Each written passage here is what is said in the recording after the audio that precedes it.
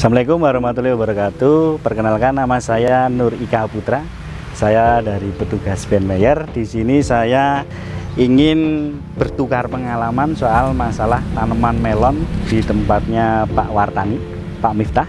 Di sini ada lahan yang tidak terpakai, belum terpakai untuk 3 bulan kemudian karena baru musim tembakau. Jadi untuk pembibitan seperti cabai sementara stop dulu. Jadi menggunakan lahan yang tidak terpakai menjadi terpakai untuk tanaman melon.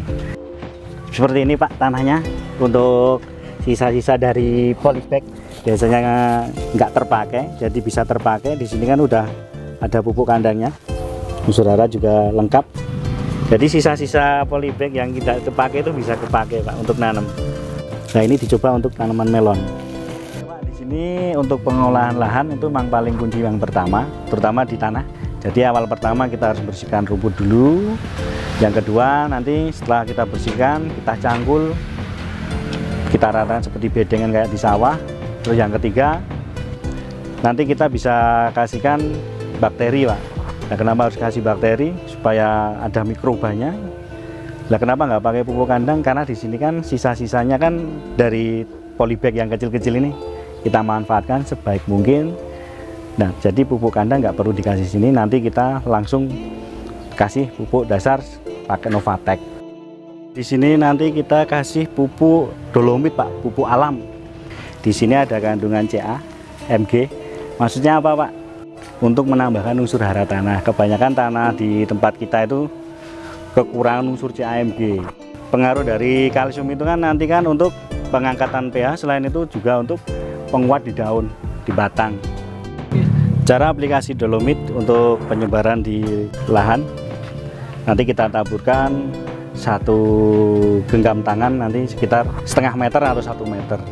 Kalau lebih banyak seharusnya lebih bagus dolomit dipakai, karena untuk kekuatan di masalah pH dan kekuatan di ketahanan di spora jamur.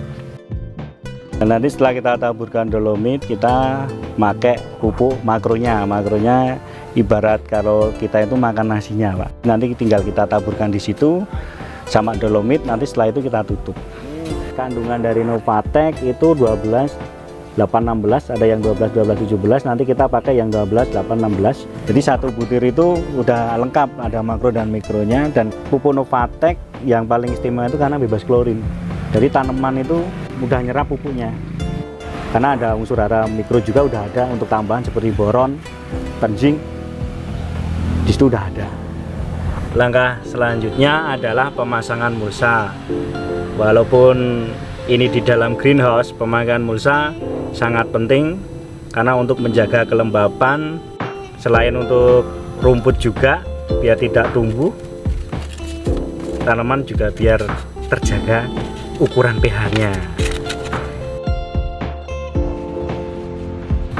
Saat bibit sudah umur 6 hari dari semaian, terus kita pindahkan ke lahan bedengan yang sudah kita bikin tadi dengan jarak tanam 60 cm.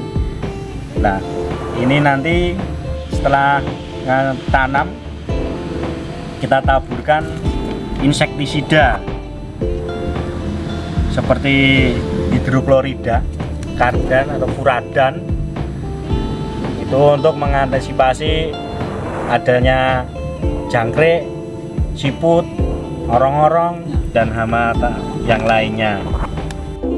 Setelah 1 minggu kemudian kan ini ada untuk lubang untuk tanam, dan terus pinggirnya kita kasih lagi, manfaatnya untuk ngasih tanaman pupuk atau pupuk susulan untuk memberi makanan lagi ke tanaman supaya nutrisinya lebih optimal, maksimal. Ini hasilnya tanaman yang kita tanam ini sekitar umur 3 minggu. Hasilnya seperti ini, yang dulu kita kasih pupuk dasar Novatek. Selanjutnya kita kasih pupuk susulan yang ada di lubang sini. Kita kasihkan sekitar 4-5 gram seperti ini. Kita taburkan di sini.